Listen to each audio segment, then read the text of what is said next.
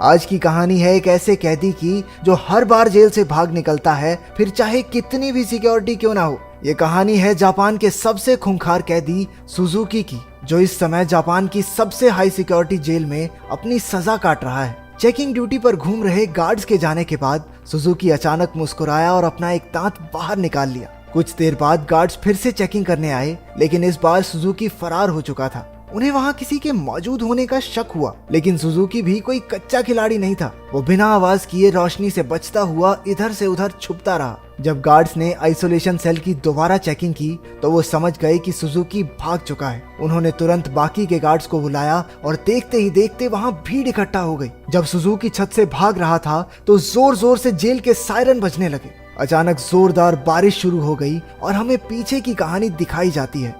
12 साल पहले कुछ कैदियों को एक जेल में लाया गया था। उनमें से एक सुजुकी भी था जो वहां 10 साल की सजा काटने आया था। क्योंकि वो कभी कुछ बोलता नहीं था तो सबने मान लिया कि वो शायद गूंगा है। उसकी छाती पर माउंट फिजी का उल्टा टैटू भी था। सुजुकी उस समय भी जेल से भागने के लिए मशहूर था और अब तक 3 बार ऐसा कर चुका था। इसके बाद सुजुकी को एक छोटे से कमरे में लाया गया जहाँ सिर्फ एक रोशनदान था। उसने रोशनदान को ध्यान से देखा। उसके दिमाग में जरूर कुछ चल रहा था। बाहर गार्ड ने जेल के वार्डन मिस्टर कानीमुरा से कहा कि सुजुकी इस बार तो हरगिज नहीं भाग पाएगा, लेकिन जैसे ही उसने शीशे से देखा सुजुकी तो पहले ही गायब हो चुका था। वार्डन ने पूरे शहर को घेरने के ऑर्डर्स दिए ताकि सुजुकी किसी भी हालत में बच ना पाए, लेकिन गार्ड्स ने तो उसे 20 ही मिनट में पकड़ लिया। पता नहीं क्यों पर सुजुकी ट्रेन की पटरी पर सीधा भागता जा रहा था। इसके बाद उसे फिर से उसी कमरे में कैद कर दिया गया, लेकिन इस बार उसके हाथों में हथकड़ियां थी। जब एक गार्ड ने अंदर झांक कर देखा तो सुजुकी मुंह पर चादर ओढ़े सो रहा था। गुस्से में उसने सुजुकी को चादर हटाने को कहा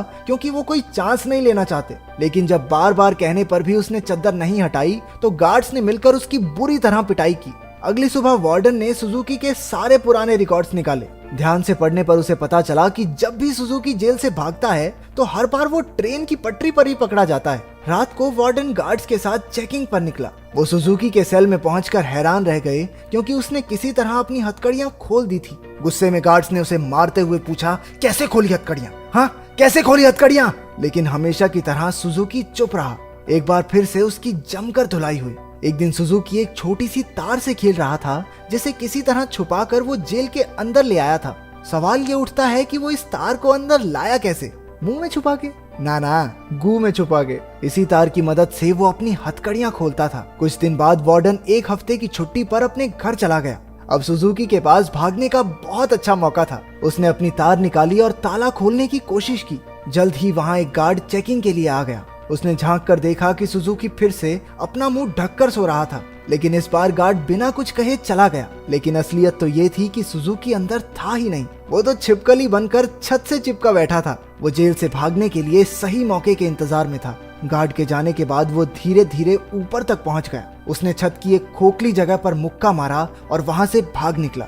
जब गार्ड्स को पता चला तो उन्होंने तुरंत सायरन बजा दिया। वार्डन को भी खबर पहुंचा दी गई और वो तुरंत जेल के लिए निकल गया। अगली सुबह पुलिस वाले सुजुकी को पकड़ने का प्लान बना रहे थे। तभी वार्डन भी वहां पहुंच गया। उसने कहा कि सारे प्लान छोड़कर सिर्फ एक टीम पास की ट्रेन की पटरियों पर भेज दो। ऑफिसर्स को भी लगा, अरे बूढ़ा हो गया वार्डन, दिमाग सठिया गया इसका, अरे वो पागल थोड़ी है, हर बार सेम जगह जाएगा। लेकिन जब वार्डन ने उन्हें विश्वास दिलाया कि उसे 100% भरोसा है कि सुजुकी वहीं मिलेगा, तो उन्होंने उसकी बात पर भरोसा करके टीम भेज दी और उसकी बात सच भी निकली। सुजुकी को एक बार फिर से ट्रेन की पटरियों पर पकड़ लिया गया। जेल से निकलने में तो ये चाचा चौधरी बन जाता है, कंप्यूटर से तेज दिमाग। बाद में क्या हो जाता है इसे? क्योंकि वार्डन की सूझबूझ की वजह से सुजुकी पकड़ा गया तो उसके काम से खुश होकर उसे प्रमोट कर दिया गया। अब वो एक बड़ा ऑफिसर बन चुका था जो देश की सारी जेलों में जाकर कैदियों की हालत की चेकिंग करता था। उधर सुजुकी एक बार फिर से भाग निकला और फिर से पटरियों पर पकड़ा गया।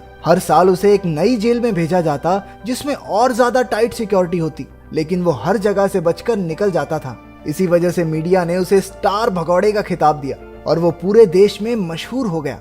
12 साल बाद उसे सेंट्रल जेल में लाया गया। यहाँ वो कड़ी सिक्योरिटी में था क्योंकि 10 गार्ड सिर्फ उसी पर निगरानी रखने के लिए खड़े थे। उसका कमरा भी पूरी तरह सीमेंट से बना था और दरवाजे पर कई ताले थे। ये वही आइसोलेशन सेल है जो हमने कहानी की शुरुआत में देखा था। गार्ड्स के जाने के बाद सुजुकी ने चारों ओर नजर दौड़ाई। वो एक बार फिर से भागने की तैयारी में था। एक गार्ड ने खाना लाकर उसके सेल में रखा, लेकिन उसके जाने से पहले ही सुजुकी ने उसे पकड़कर हथकड़ी लगा दी। गार्ड ने तुरंत सीटी बजा दी, जिससे कई और गार्ड्स वहां आ पहुंचे। उन्होंने मार मार कर उसकी बुरी हालत कर दी। होश आने पर सुजुकी ने दरवाजे से गार्ड्स को जाते देखा। उसके चेहरे से खून टपक कर लोहे की सलाखों पर गिर रहा था। अगली सुबह गार्ड्स ने उसकी हथकड़ियों पर कुछ और पेंच कस दिए ताकि इस बार वो उन्हें खोल ना पाए। जाने से पहले वो एक बार फिर से उसके शरीर की थोड़ी मेंटेनेंस करके गए। इसी तरह सुजुकी के दिन बीत रहे थे। वो जानबूझकर गार्ड से पंगे लेता, वो उसे मारते और फिर वो अपना खून लोहे की सलाखों पर टपकाता। एक दिन गार्ड्स ने उसे इतना मारा कि उसका दांत टूटकर गिर गया, लेकिन सुजुकी ने उसे उठा लिया और उसे देखकर अजीब तरीके से मुस्कुराने लगा। ऐसा लग रहा था जैसे ये सब उसके प्लान का ही हिस्सा है। इसके बाद सुजुकी दीवार पर अपने दांत से कुछ बनाने लगा। कुछ हफ्तों बाद सुजुकी ने एक और गार्ड पर हमला कर दिया। इस बार उसे सबसे खतरनाक सजा दी गई। उन्होंने उसे एक लंबी जंजीर से बांधकर ऊपर लटका दिया। 1 साल बीत गया और सुजुकी अभी भी सजा काट रहा था। उसकी हालत बहुत बुरी हो चुकी थी। शरीर सड़ने लगा था और उसके घावों पर कीड़े पड़ चुके थे। आखिरकार उस शाम गार्ड्स ने आकर उसकी जंजीरें खोल दी। पूरे 1 साल बाद उसे चैन की सांस आई थी। उधर पुराना वार्डन मिस्टर कानेमुरा वहां की जांच करने पहुंचा। उसने आइसोलेशन सेल में जाकर देखा कि सुजुकी की हालत बहुत खराब थी, लेकिन वो उसे नजरअंदाज करके वहां से चला गया। इसके बाद वही रात आई जहां से कहानी की शुरुआत हुई थी। जब बाहर बिजली कड़कने लगी तो सुजुकी ने अपने प्लान को अंजाम दिया। उसने अपना दांत निकाला और हथकड़ियों के पेंच खोलने लगा। असल में सुजुकी दीवार पर दांत से कुछ बनाता नहीं था, बल्कि वो तो उसे घिस घिस कर तीखा कर रहा था ताकि उसके इस्तेमाल से पेंच खोल सके। हथकड़ियों से आजाद होकर उसने दरवाजे पर जाकर लोहे की सलाखों को धक्का देना शुरू किया। लगातार खून टपकने की वजह से सलाखों पर जंग लग चुका था। कुछ ही पलों में सलाखें टूट गई और सुजुकी जेल से फरार हो गया। इसके बाद सुजुकी के जन्म की कहानी बताई गई। उसके पैदा होते ही उसकी माँ की मौत हो गई थी और उसका बाप जेल में सड़ रहा था। इसी वजह से वो अपने रिश्तेदारों के घर पला। एक दिन सुजुकी जंगल में प्रैक्टिस कर रहा था जब उसे दूर से एक आदमी आता दिखाई दिया। ये कोई और नहीं उसका बाप था। उन्होंने कुछ समय बातें की और तभी उसने अपने पिता की छाती पर माउंट फीजी का एक टैटू देखा। बदकिस्मती से जल्द ही वहां कुछ पुलिस वाले आ गए जो सुजुकी के पिता को पकड़ना चाहते थे। वो उन्हें देखकर रेल की पटरी पर सीधा सीधा भागने लगा। इस दिन सुजुकी ने कसम खाई कि एक ना एक दिन अपने पिता से जरूर मिलेगा। वर्तमान समय में सुजुकी फरार होकर एक बार फिर से पटरियों पर दौड़ रहा था। मिस्टर कानीमुरा ने पीछे से उसे रुकने के लिए आवाज दी और हैरानी की बात यह थी कि वो रुक भी गया। कुछ ही देर में गार्ड्स की एक टीम आकर उसे पकड़कर ले गई। देश की सबसे कड़ी सिक्योरिटी की जेल भी सुजुकी को नहीं रोक पाई, इसलिए मिस्टर कानीमुरा ने उसे धरती की सबसे खतरनाक जेल प्रिजन आइल में भेजने के ऑर्डर्स दे दिए। प्रिजन आइल किसी मामूली जेल की तरह नहीं थी।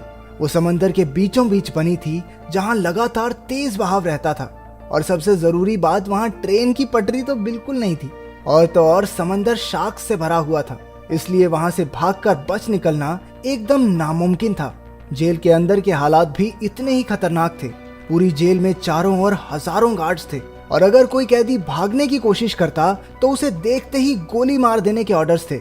जब सुजुकी वहां पहुंचा तो उसे तुरंत उसके सेल में बंद कर दिया गया। वो कोई कमरा नहीं बल्कि कुछ रॉड्स थी जिन्हें सुजुकी के शरीर के आसपास ऐसे जोड़ दिया गया था जिससे भागना तो दूर वो हिल डुल भी ना सके।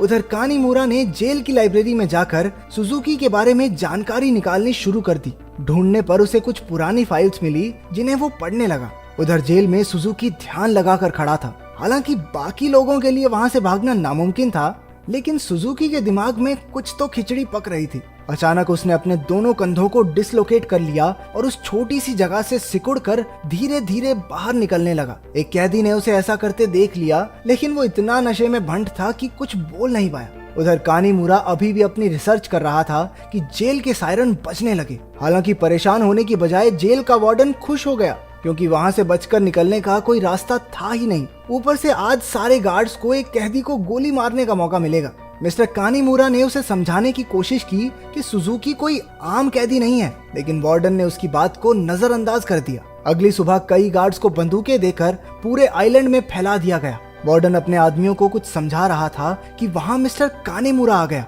उसने वार्डन को बताया कि सुजुकी असल में अपने बाप को ढूंढने आया है जो इसी आइलैंड पर कैद है। ये सुनकर सब हक्के बक्के रह गए और तभी सुजुकी की असलियत का खुलासा हुआ। असल में अब तक जो भी हुआ वो सब सुजुकी के प्लान का एक हिस्सा था। वो बार बार जेल से भागकर जानबूझकर पकड़ा जाता था ताकि आखिरकार प्रिजन आइल तक पहुंच सके। उसका असली मकसद था अपने पिता को आजाद करवाना। आखिरकार सुजुकी अपने पिता से मिला और एक दूसरे को इतने साल बाद देखकर दोनों खूब रोए। बदकिस्मती से मिस्टर कानीमुरा वार्डन और बाकी के गार्ड्स के साथ वहीं आ रहा था, लेकिन उनके पहुंचने से पहले ही सुजुकी उस बूढ़े आदमी के साथ गायब हो गया। सुजुकी अपने पिता को आइलैंड के छोर तक ले आया। उसने पहले से ही वहां एक पैराग्लाइडर तैयार कर रखा था। दोनों पैराग्लाइडर पर चढ़े और दूर उड़ गए। दूसरी ओर मिस्टर कानीमुरा ने एक बूढ़े आदमी से बात करने की कोशिश की जो सुजुकी के पिता के साथ ही कैद था। तभी उसने माउंट फिजी का एक टैटू उस आदमी की छाती पर देखा, जिसका सीधा मतलब ये था कि इतने सालों की कड़ी मेहनत के बाद भी सुजुकी गलत आदमी को लेकर भाग गया। अब इससे बुरी किस्मत तो किसी की नहीं हो सकती। क्या आप अपने पिता के लिए इतनी परेशानियां सह सकते हैं? कमेंट्स में जरूर बताना।